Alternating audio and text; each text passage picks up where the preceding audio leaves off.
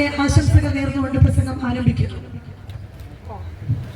So tomorrow is the last day of campaign, and on 9th of April, all of you will decide the future and the destiny of Kerala for next 5 years. ഇനി നമുക്ക് 2 ദിവസം കൂടിയാണ് ബാക്കിയുള്ളത്. ഈ 9-ാം തീയതി ഇനിയുള്ള കാലഘട്ടത്തിൽ കേരളം എങ്ങനെയായിരിക്കണമെന്നും കേരളത്തിന്റെ ഭാവി എങ്ങനെയായിരിക്കണമെന്നും നമ്മൾ തീരുമാനമെടുക്കാൻ പോകുന്ന ആ ദിവസത്തിനായി നമുക്ക് മുന്നിൽ ബാക്കിയുള്ളത് 2 ദിവസം മാത്രമാണ്.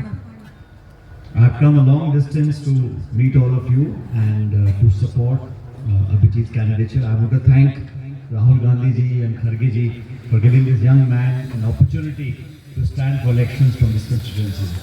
ഞാൻ ഒരുപാട് ദൂരെ നിന്നാണ് നിങ്ങളെ കാണുവാനായി ഈ വേദിയിൽ എത്തിച്ചേർന്നിട്ടുള്ളത്. ആദ്യമേ തന്നെ ഞാൻ ശ്രീ രാഹുൽ ഗാന്ധിക്കും ശ്രീ മല്ലികാർജുന ഖാർഗെക്കും എന്റെ നന്ദി അറിയിക്കുകയാണ്. ഇത്രയും ഊർജ്ജസ്വലനായ ഒരു ചെറുപ്പക്കാരന് ഈ തിരഞ്ഞെടുപ്പിൽ അവസരം നൽകിയതിന് ഞാൻ അവർക്ക് നന്ദി അറിയിച്ചുകൊണ്ട് തന്നെ ഞാൻ എന്റെ പ്രസംഗം ആരംഭിക്കട്ടെ.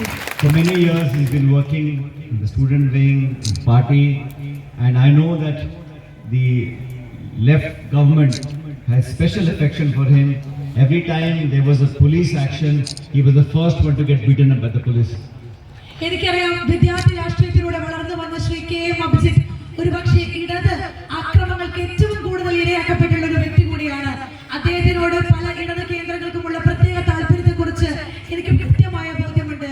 ഇടത് പോലീസ് നിരയാക്കാൻ ഒരുപക്ഷെ ഏറ്റവും കൂടുതൽ ഇരയാക്കപ്പെട്ടുള്ള ഒരു വ്യക്തി തന്നെയാണ് നമുക്ക് സ്ഥാനാർത്ഥിയായി ഇവിടെ ഉള്ളത്. But his time has come, and of all the atrocities that the LDF government did on him, it is he who is going to win this seat after 60 years for the UDF. പക്ഷേ എനിക്ക് ഉറപ്പുണ്ട്, ഇപ്പോൾ KM അഭിജിത്തിന്റെ സമയം വന്നു ചേർന്നിരിക്കുകയാണ്. 60 വർഷത്തെ ഇടതിന്റെ കിരാതഭരണത്തിന് അവസാനം കുറിച്ചുകൊണ്ട് KM Abhijith ഇവിടെ നാലാപുരത്തിന്റെ നിയോജകമണ്ഡലത്തിന്റെ MLA ആയി തിരഞ്ഞെടുക്കപ്പെടുമെന്ന് എനിക്ക് ഉറപ്പുണ്ട്. I've been traveling in the state. I can tell you that the entire state of Kerala, people have decided that the 10 years of LDF was a lost decade. It was a loss of 10 years. Today, there is a great support for our UDF candidates, for our Congress candidates, and the next government will be a UDF government. ഞാൻ കേരളത്തിലുടനീളം കഴിഞ്ഞ ദിവസങ്ങളിലായി സഞ്ചരിക്കുമ്പോൾ മനസ്സിലാക്കുന്ന ഒരു കാര്യം, കഴിഞ്ഞ 10 വർഷമായി ഇവിടെ നടത്തുന്ന ഇടതിന്റെ ജനവിരുദ്ധ ഭരണത്തിനെതിരെ കേരളത്തിൽ മൊത്തമായി തന്നെയുള്ള ഒരു ജനവിധി ആളുകൾ തരുമെന്ന് എനിക്ക് ഉറപ്പുണ്ട്. ആ ഒരു ജനരോഷം എനിക്ക് ആളുകളിൽ കാണാൻ കഴിയുന്നുണ്ട്. അതുകൊണ്ട് തന്നെ ഇനി വരാൻ പോകുന്ന സർക്കാർ 10 വർഷത്തെ ജനവിരുദ്ധ ഇടത് സർക്കാരിന്റെ ഭരണം അവസാനിപ്പിച്ചുകൊണ്ട് UDF നയിക്കുന്ന സർക്കാരായിരിക്കും ഇനി കേരളത്തിൽ ഭരിക്കാൻ പോകുന്നതെന്ന് എനിക്ക് തീർച്ചയായും ഉറപ്പുള്ള കാര്യമാണ്. It is very sad to see the left parties, which at one point stood for something, have today fully compromised with the Prime Minister and the BJP. The NDA and the LDF are putting their efforts together to stop the UDF, to stop the Congress, to stop Abhijit, but they will not be successful. നിങ്ങൾക്ക് എല്ലാവർക്കും അറിയാവുന്ന കാര്യമാണ്, നമ്മൾ ഇങ്ങനത്തെ സാഹചര്യം നോക്കിക്കഴിഞ്ഞാൽ നമുക്ക് മനസ്സിലാവുന്ന കാര്യം, ഇവിടെ കൃത്യമായ രീതിയിലുള്ള ഡീൽ നടക്കുന്നുണ്ട്, കൃത്യമായ രീതിയിലുള്ള ധാരണ നടക്കുന്നുണ്ട്. പണ്ടൊരിക്കലും ഇവർ പല രീതിയിലുള്ള ആദർശങ്ങളെ നെഞ്ചിലേറ്റിയിട്ടുണ്ടാവും, എന്നാൽ എന്ന ആദർശങ്ങൾ ഒന്നും തന്നെ അവശേഷിക്കുന്നില്ല. കൃത്യമായ രീതിയിൽ നരേന്ദ്രമോദിയും പിണറായി വിജയനും തമ്മിലുള്ള ഡീല് നമ്മൾ ഇവിടെ കാണുന്നുണ്ട്. പക്ഷേ എനിക്ക് ഉറപ്പുണ്ട്, എല്ലാ ഡീലുകൾക്കും മുകളിൽ ജനങ്ങൾ UDF സർക്കാരിന്റെ അധികാരത്തിലേക്ക്.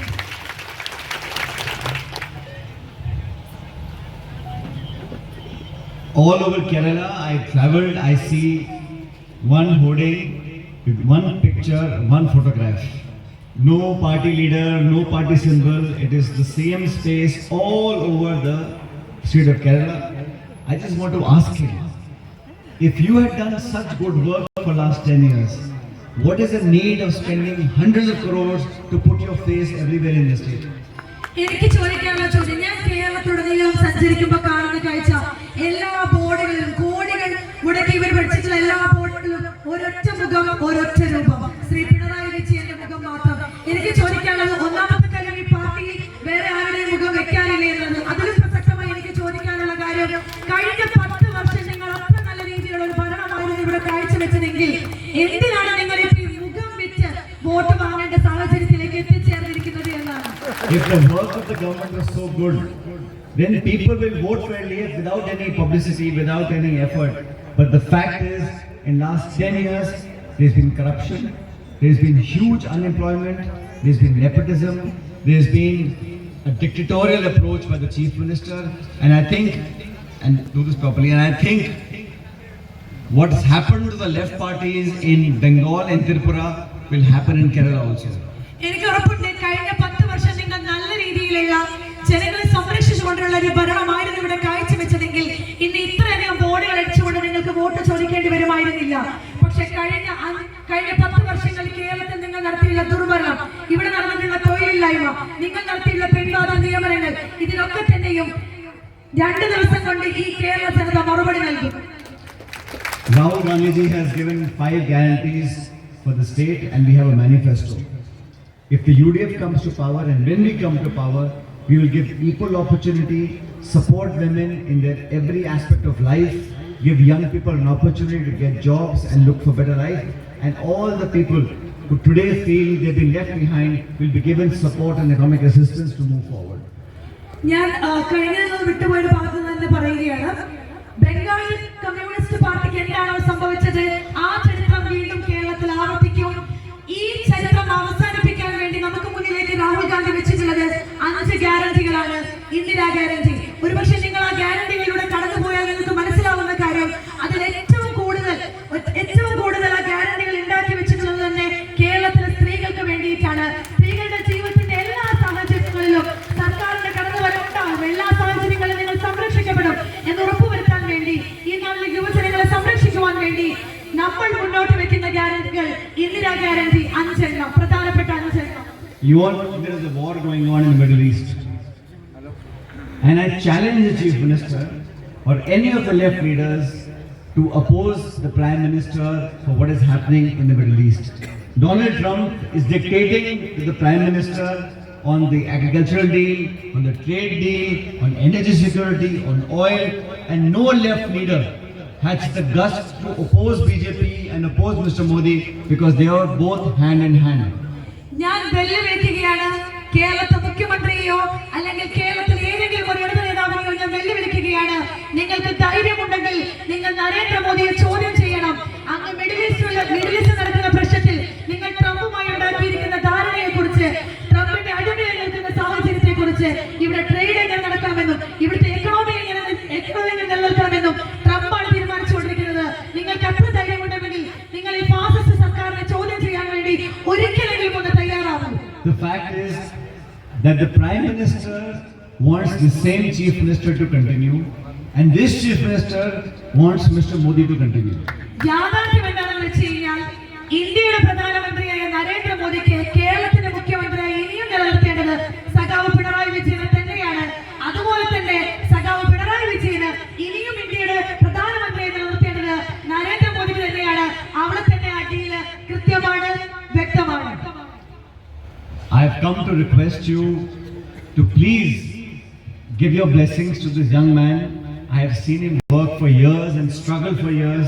This is the time, and I can assure you he will serve all of you as you are his own.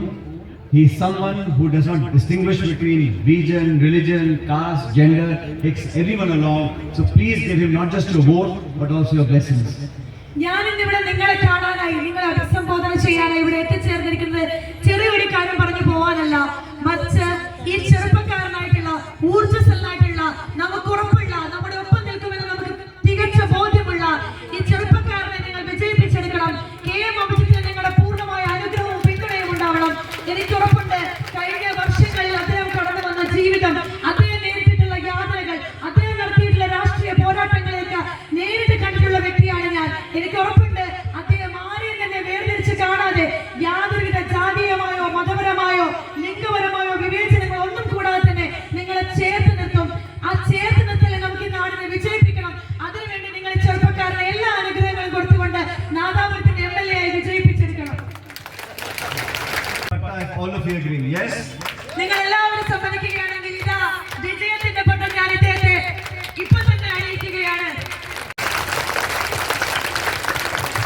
He will make history in this constituency and this Chief Minister will be history's last communist Chief Minister in India. നമ്മുടെ നാദാപുരത്ത് ഒരു പുതു ചരിത്രം രചിക്കും. ആ ചരിത്രം രചിക്കപ്പെടുമ്പോൾ കേരളത്തിന്റെ അവസാനത്തെ communist